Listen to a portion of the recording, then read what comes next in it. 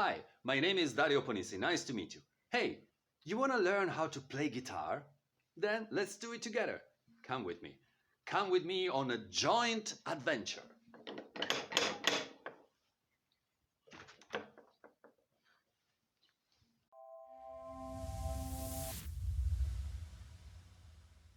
So you got your brand new guitar and are ready to start on your journey from zero to here. But before we go into practice, let's see what kind of instrument you actually have. Of course, with a little help from my friends.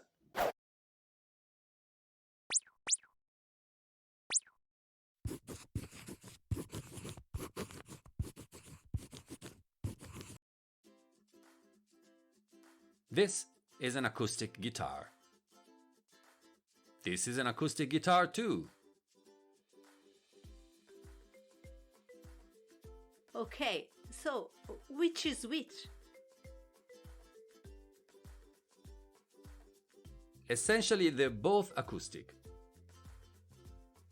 because they don't need an amplifier in order to be heard. They have their own resonator, which is called body. To be precise, this is a classical guitar. How do you call this one?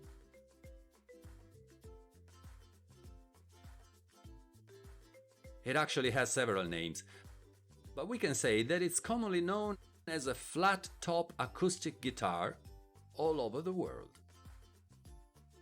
I consider different in shape.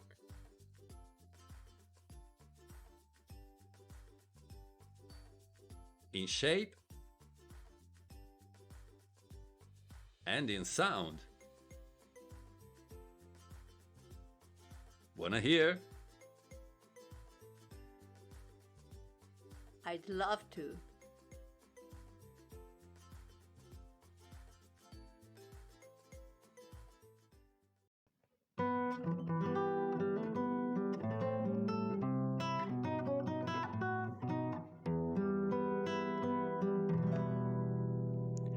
You can see the sound is very warm, very mellow, probably because it's got nylon strings, as you can see.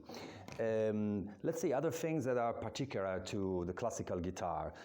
First of all, the neck is very wide because it allows your fingers to dance on the fretboard. This is called a fretboard because it's got many frets. Okay, the neck joins at the body of the guitar at the 13th fret. This is also called an octave, but we'll talk about it later because I don't want to confuse you too much right now.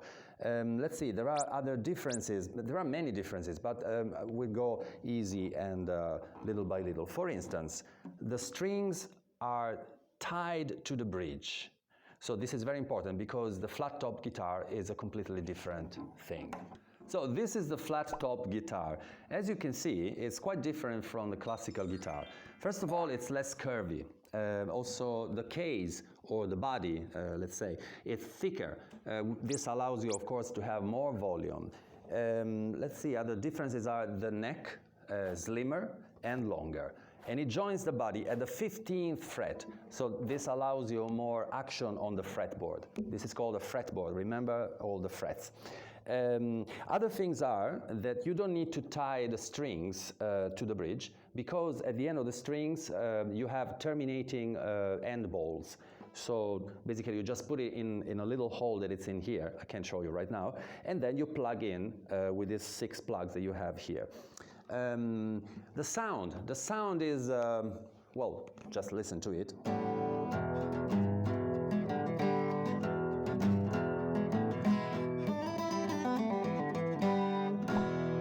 It's basically brighter, also louder in a way. It's perfect for folk and rock and also to accompany vocals, you know, it's very good.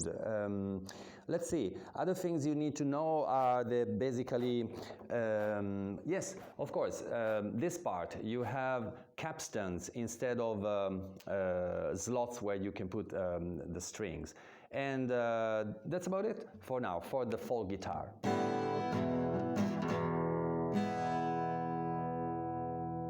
let's talk of ways to hold your guitar. Well, in classical guitar, you place the instrument between your legs, just like this, and rest the body against your chest, and then you can play.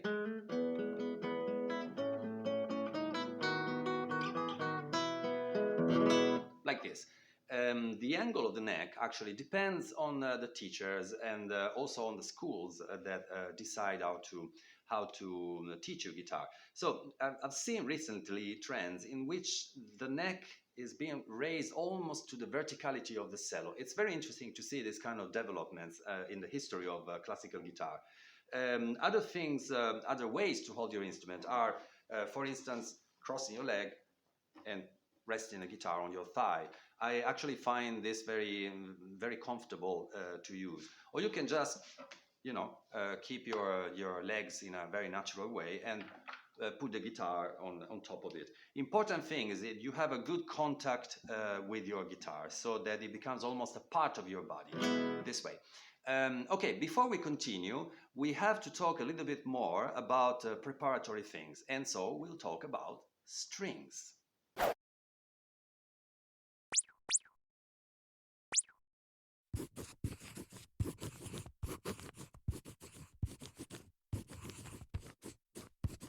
You already know that a standard guitar has 6 strings. Starting from the bottom, you have first string, second string,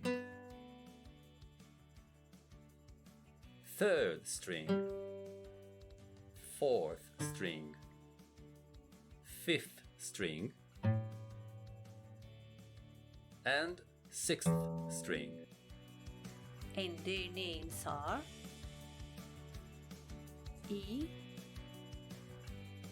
B, G, D, A, E. Here's a couple of ways to remember them. Easter, bunnies, get, dizzy, at, Easter. Starting from the bottom. Easter bunnies get dizzy at Easter. Or, if you take it going downward, Eddie ate dynamite. Good bye, Eddie. Eddie ate dynamite. Goodbye, Eddie.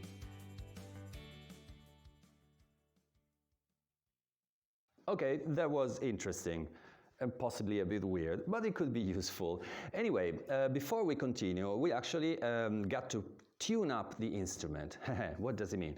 Tuning is very important. It's an essential thing in order to play together. First of all, everybody has to have the same organization of sounds. If I play guitar in a way and you produce different sounds, of course we cannot play together. So it's got to be organized in a very logical and harmonious way. There is a way of doing it, of course, and I will teach it to you, and it's very easy. The explanation might be a bit complicated, maybe, but I can tell you that basically it's easier than it sounds. So we do it directly in front of your very eyes. Okay, as a rule, we start from the 5th string, which is the A string. I knew you knew it. Okay, so place your finger on the 5th fret of the 5th string. 1, 2, 3, 4, and 5. Actually, you probably have a little dot here on the neck, and it's possibly a good point to remember. So that basically the 5th fret is always on the first dot. So you place your finger, your forefinger here, and you play this sound. Okay, the sound you're producing now, it's actually the sound of the string that is right below, which is the D string, as you might remember. All Right, now my guitar is already tuned up, but if you have a different sound, okay, you have to act on the tuning peg right here until you get the same sound.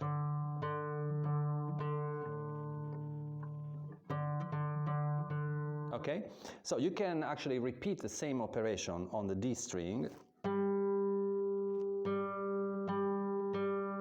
in order to get the G string. Okay, so when you get to the G string, which is the third string from the bottom, actually you have to do a bit of an adjustment. You put your finger not on the 5th fret, but on the 4th fret. 1, 2, 3, 4. Huh? Okay, so I'll explain to you later why we have to do this, but for now just trust me. So place your finger on the 4th fret and play. And compare it with the string right below.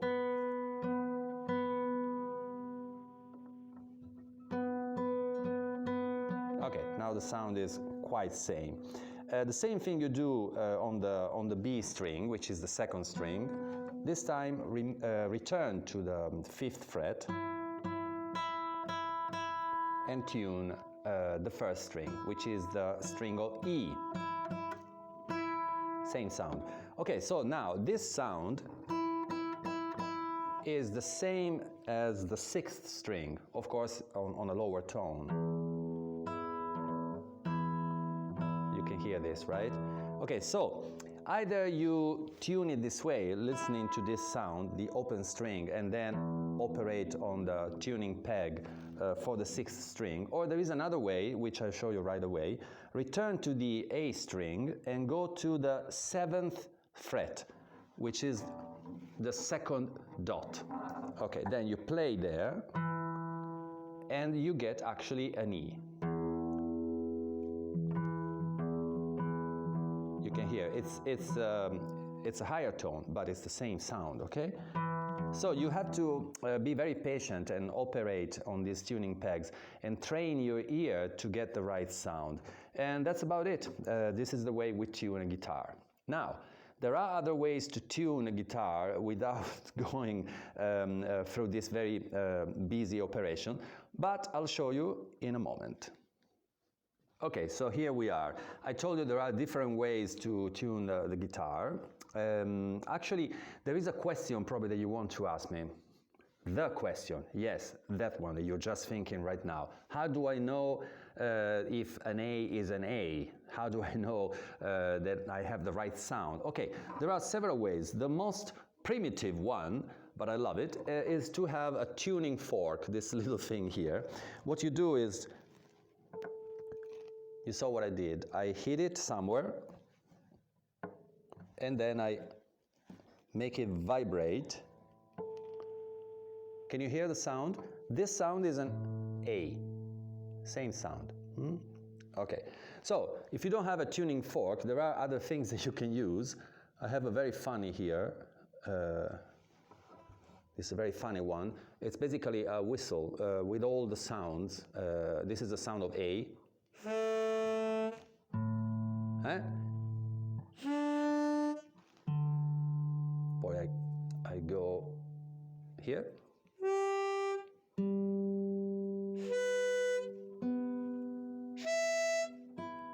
Then I return for the E. Okay, so this is actually a funny one, and also it can train your ear very well. There are other things, of course. Here we have a 90s technology tuner. What you do is just turn it on, and then there is an indicator here that, you know, if you play, it gives you a frequency. Okay, so when the two little red dots are together, you have the right sound. Let's see.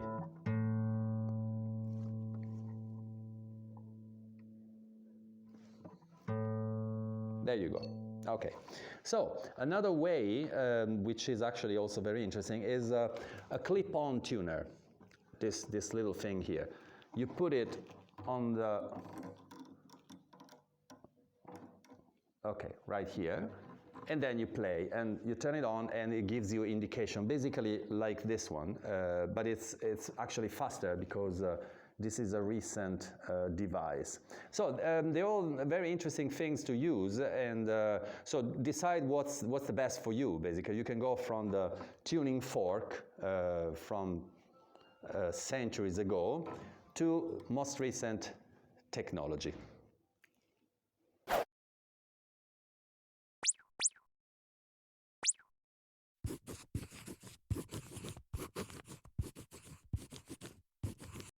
Merriam-Webster Dictionary defines a chord as 3 or more musical tones sounded simultaneously, which is quite impressive.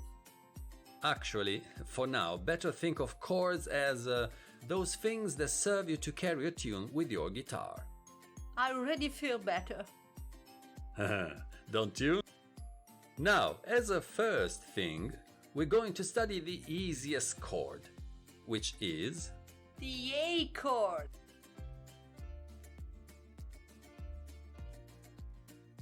Starting from the bottom,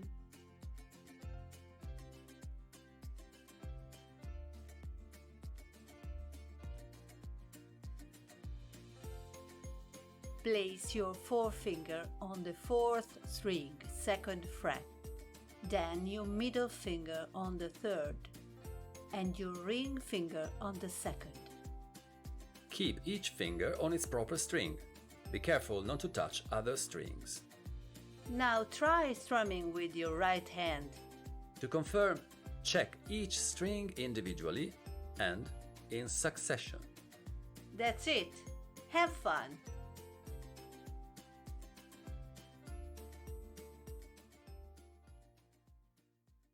Okay, so you followed the explanation in the animated bit. Now let's see what happens if we do it directly, if you check my fingers as I do it on the fretboard. So we said we count from the bottom, 1, 2, 3, 4, the 4th string's 2nd fret, and I place on it my forefinger. Okay? Then the string immediately below the 4th, I place my middle finger.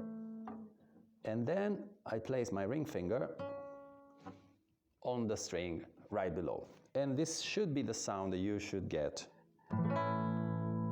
Okay, and if you want to check it string by string,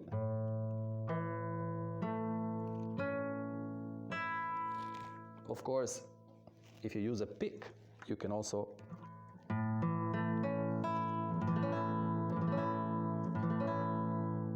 and that's it. Okay, so now, before we part, just one more thing, a little bit of advice. When you hold the guitar, try not to grip it too tightly.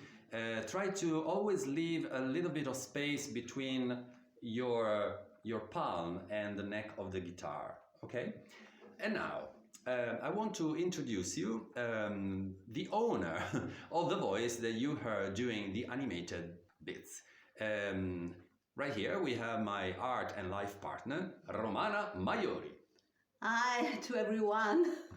Nice to meet you. Okay, so we decided to leave you with a little bit of an experiment. Since now you know how to make an A chord, we'll try to make a song based only on the A chord. We chose a very famous song, Proud Mary. Proud Mary. Okay, so here we go.